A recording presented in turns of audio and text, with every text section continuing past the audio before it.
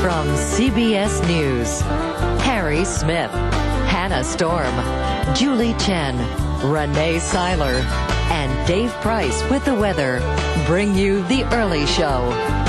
Starting up a brand new day.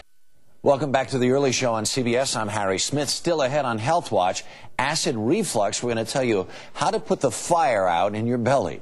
First, though, an update on a story we've been following about a spray sealant for floor tile sold only by Home Depot that made thousands of do-it-yourselfers sick. Now court documents and company emails suggest there was a cover-up of the problem. Rick Salinger of our Denver station KCNC was first to break this story, and in his new report he says months went by before the product was recalled.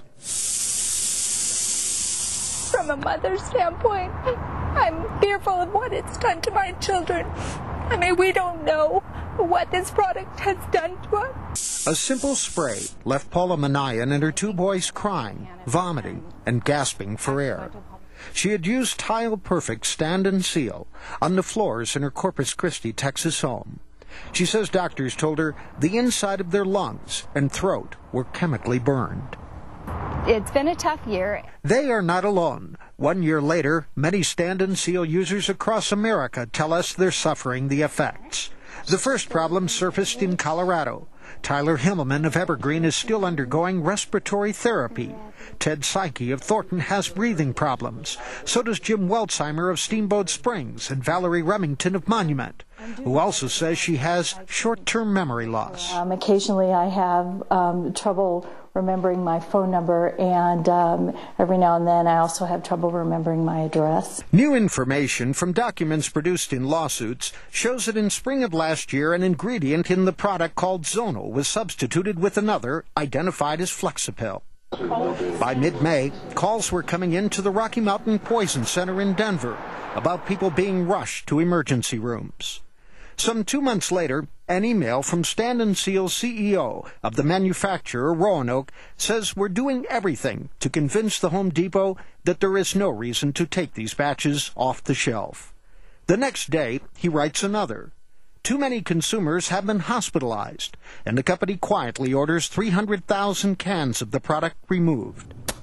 Houston attorney Scott Callahan represents some 200 Stand and Seal users who say they became sick. They should have pulled the product immediately. A Stand and Seal vice president tested the product in company washrooms and reported getting ill.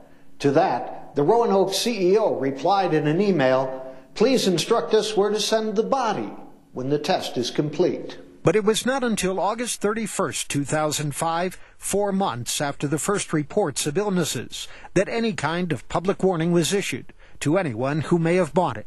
In the house. Too late for Mike Walker of Gilbert, Arizona. He now uses oxygen regularly after collapsing in a coughing fit while using Stand and Seal. If I could get my hands on the people that did this, I wouldn't have to worry about the rest of my life because they'd be taking me to jail. Rick Salinger for CBS News, Denver. Stand and Seal's owner blames the company that actually makes the product, saying it changed the chemical formula without permission. Now here's Julie. That's an incredible story. All right, thanks a lot, Harry.